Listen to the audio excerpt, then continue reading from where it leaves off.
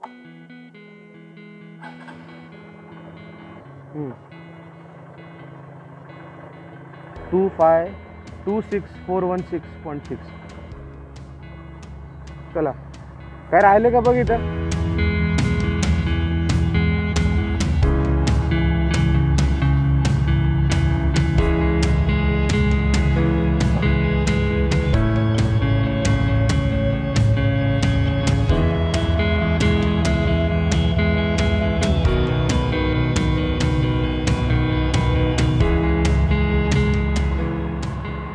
सकाळचे 5:30 वाजलेले आहेत. आता आपण चाललो आहोत छत्रपती संभाजी महाराज नगरला.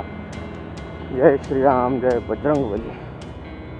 आता 5:30 ते 7-7.5 तास लागतात आपल्याला पोहोचायला. अतिशय सुखाचा प्रवास होणार आहे. Oh my god, so many people in the morning. रस्त्याच्या मधोमध चालत आहेत ॲज युजल.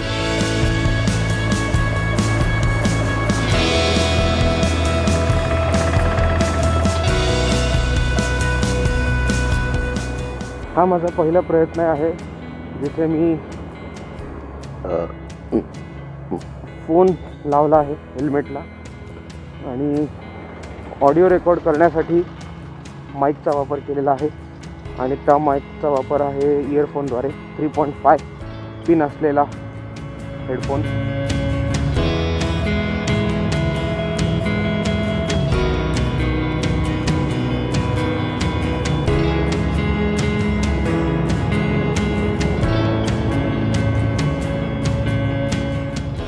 टुकुर टुकुर टुकुर टुकुर टुकुर देख दनादन.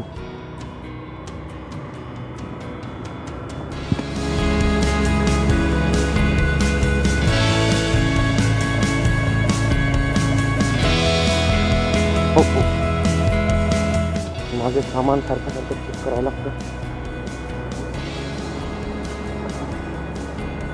काय रस्ते आपले एकदम इंटरनॅशनल लेवलचे सारखे आदळे बसतात. अरे बापरे, अरे रे रे रे, रस्त्याच्या बरोबर मधोमध नारळ फोडून ठेवलेला आहे. ओला असतो तेव्हा नारळ, कोरडा होतो तेव्हा खोबरं.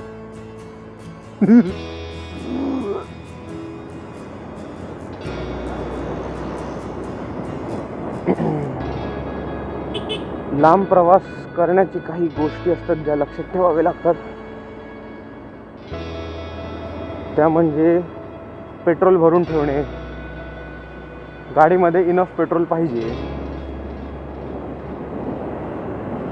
त्याच्यानंतर तुमचं सेफ्टीच्या हिशोबाने तुमच्या चाकांमध्ये रेकमेंडेड प्रेशर पाहिजे. जेवढा कंपनीने सांगितलं तेवढाच प्रेशर टाकायचा. आता माझी युनिकॉर्न 150 आहे BS4, होंडा CB युनिकॉर्न 150. तर तिच्यामध्ये कंपनीने सांगितलं आहे 25-29 फ्रंट अँड रिअर रेस्पेक्टिवली.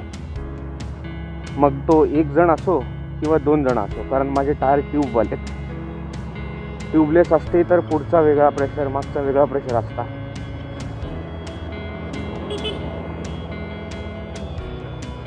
आता आपण आले आहोत मटका चौक, अंबरनाथ वेस्ट. आता हा लागतो कल्याण बदलापूर हायवे. तर आता इथून सरळ गेलो ना आपण की उल्हासनगर लागेल. आणि मग उल्हासनगरवरून काय त्या फाट्याचं नाव, मुरबाड फाटा.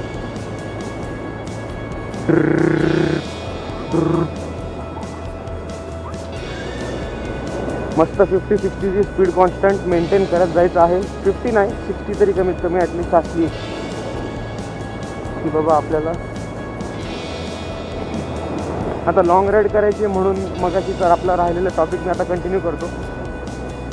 जेव्हा आपण कुठे लांब जातो त्यासाठी तुम्हाला गाडीची टाकी फुल करून घ्यायची 1 दिवस आधी, म्हणजे तुम्हाला जास्तीत जास्त डिस्टन्स आणि मायलेज काढता येईल.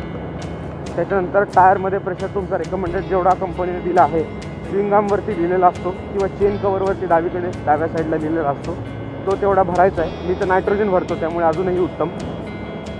त्याच्यानंतर तुम्हाला पाहिजे तुमचे गाडीचे सगळे इलेक्ट्रिकल्स वर्किंग पाहिजेत. इंडिकेटर, हॉर्न, लाईट्स, नंबर प्लेटचा लाईट, पायलट लॅम्प असेल तर तो सुद्धा. त्याच्यानंतर तुमचे आरसे बरोबर पाहिजेत, कारण गाडी चालवताना फक्त पुढे नाही तर मागे सुद्धा बघायचं आहे मागून कोण येतं आहे, त्या हिशोबानेच गाडी चालवायची आहे.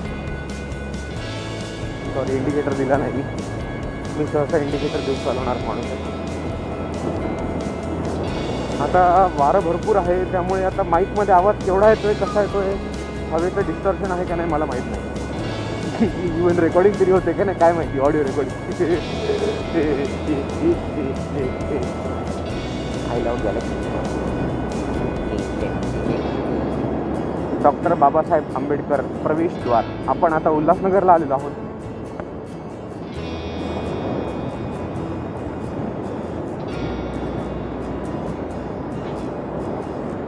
तर त्याच्यानंतर तुमचे आरसे इलेक्ट्रिकल सगळे चेक झाले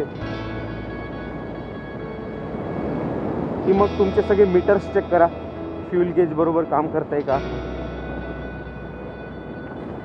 अरे बा टॅकोमीटर स्पीडोमीटर बरोबर काम करतोय का, हॉर्न बरोबर काम करतोय का.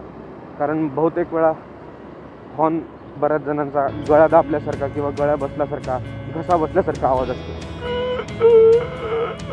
असा वाटतो. बडा बडा ट्रक जा रहा है, UMC. आप उनको अभी इधर से लेने का राइट.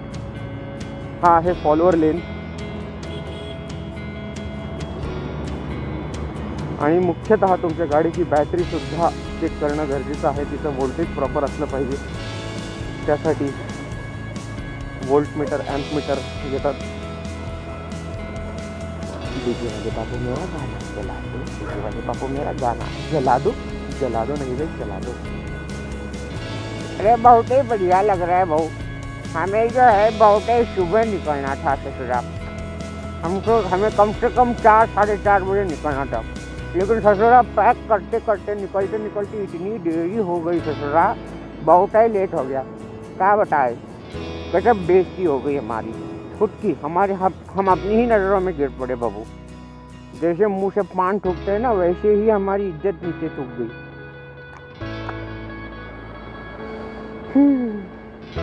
बस पहिल्या अर्ध्या एक तासातच सगळं झालं की मग पुढे काय चालवणार गाडी. अरे बाबा. Town hall Ulhasnagar. Ulhasnagar sign.